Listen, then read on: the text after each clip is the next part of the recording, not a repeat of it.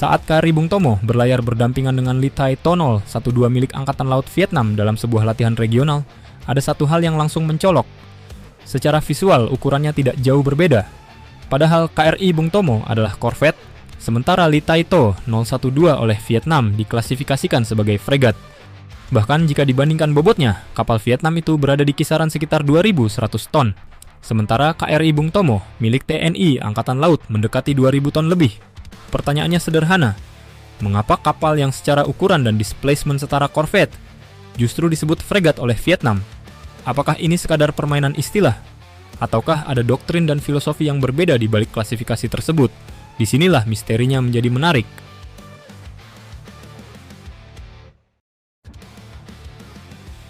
Siapa sebenarnya Ly Thai To 12?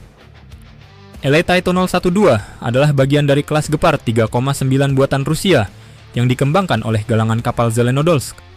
Dalam nomenklatur Rusia, kapal ini sebenarnya masuk kategori patrol ship atau frigat ringan.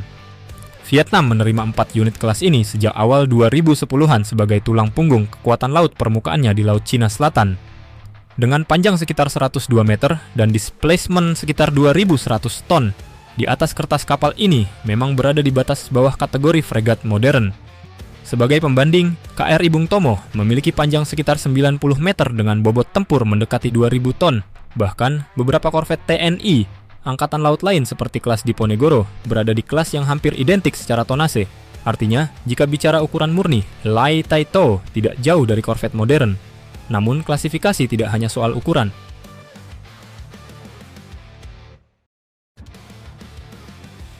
Klasifikasi Angkatan Laut itu politik dan doktrin. Dalam dunia militer laut, istilah korvet, fregat, dan destroyer tidak sepenuhnya baku secara global. Tentara Nasional Indonesia, Angkatan Laut, memiliki standar klasifikasi sendiri. Begitu pula dengan Vietnam People's Navy. Di era Perang Dingin, Uni Soviet sering menggunakan istilah Large Anti-Submarine Ship untuk kapal yang di barat disebut destroyer. Rusia sendiri hingga kini kerap menyebut kapal 2.000 ton sebagai frigate ringan atau guard ship. Vietnam yang lama bergantung pada sistem dan doktrin Soviet secara alami mewarisi pola klasifikasi tersebut. Bagi Vietnam, fregat bukan semata-mata soal ukuran, tetapi soal peran operasional. Jika kapal itu mampu menjalankan misi Blue Water terbatas, memiliki rudal anti kapal jarak jauh, pertahanan udara organik, dan kemampuan anti kapal selam, maka ia dianggap fregat, meskipun tonasenya kecil. Sementara di Indonesia, klasifikasi lebih konservatif. Kapal 2.000 ton seringkali masih disebut korvet, terutama jika endurance dan sistemnya terbatas untuk operasi regional. Jadi ini bukan soal siapa lebih besar, ini soal perspektif.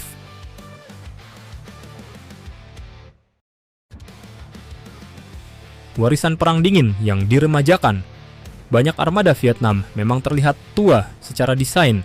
Mereka pernah mengoperasikan kapal ex-Soviet, kapal rudal cepat kelas Tarantul, hingga kapal patroli peninggalan era 80-an.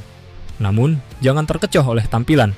Vietnam secara konsisten memodernisasi sistem persenjataannya, terutama untuk menghadapi dinamika di Laut Cina Selatan.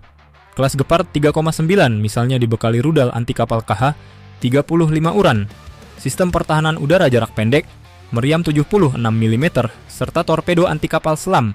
Secara fungsi tempur, paket ini setara dengan fregat ringan di banyak negara berkembang. Bandingkan dengan beberapa korvet di Asia Tenggara yang bahkan belum semuanya memiliki kemampuan peperangan anti kapal selam terintegrasi, Vietnam mungkin tidak memiliki armada besar, tetapi mereka fokus pada kualitas daya gigit.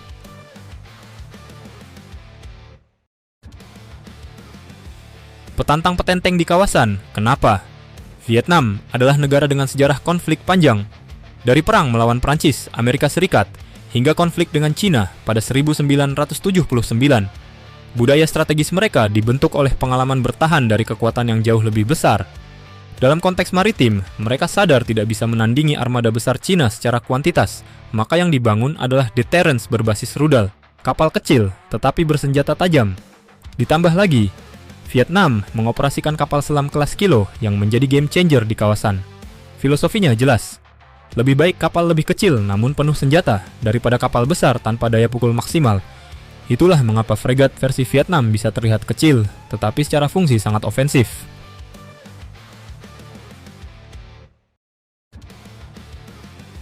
Bagaimana dengan TNI Angkatan Laut? Tentara Nasional Indonesia, Angkatan Laut memiliki pendekatan berbeda. Indonesia adalah negara kepulauan dengan wilayah laut sangat luas. Prioritasnya bukan hanya konfrontasi di satu titik, tetapi distribusi kehadiran di banyak sektor. Korvet kelas Bung Tomo misalnya memiliki sensor modern, sistem manajemen tempur canggih, dan platform yang stabil untuk operasi jangka panjang. Secara kualitas elektronik dan integrasi sistem, beberapa kapal TNI Angkatan Laut bahkan lebih modern dibanding sebagian kapal Vietnam.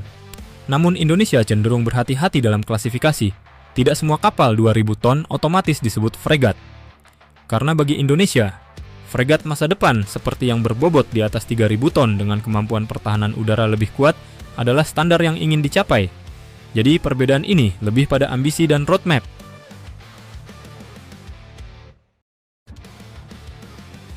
Apakah fregat Vietnam sebenarnya hanya korvet yang naik pangkat? Secara ukuran, mungkin iya. Namun secara fungsi tempur dan doktrin penggunaan, Vietnam menganggap kapal itu cukup layak disebut fregat. Di dunia militer laut modern, garis antara korvet dan fregat semakin kabur. Yang menentukan bukan hanya tonase, tetapi endurance, kemampuan anti kapal selam, pertahanan udara, integrasi sistem tempur dan peran strategis dalam doktrin nasional. Vietnam mungkin terlihat mengoperasikan kapal kecil, tetapi mereka memaksimalkan setiap ton bobotnya untuk daya gempur maksimal. Sementara Indonesia bergerak menuju fregat generasi baru dengan dimensi dan sistem yang lebih besar. Dua filosofi berbeda, dua pendekatan berbeda, namun satu kesamaan. Keduanya sedang berlomba memperkuat posisi di kawasan yang semakin panas.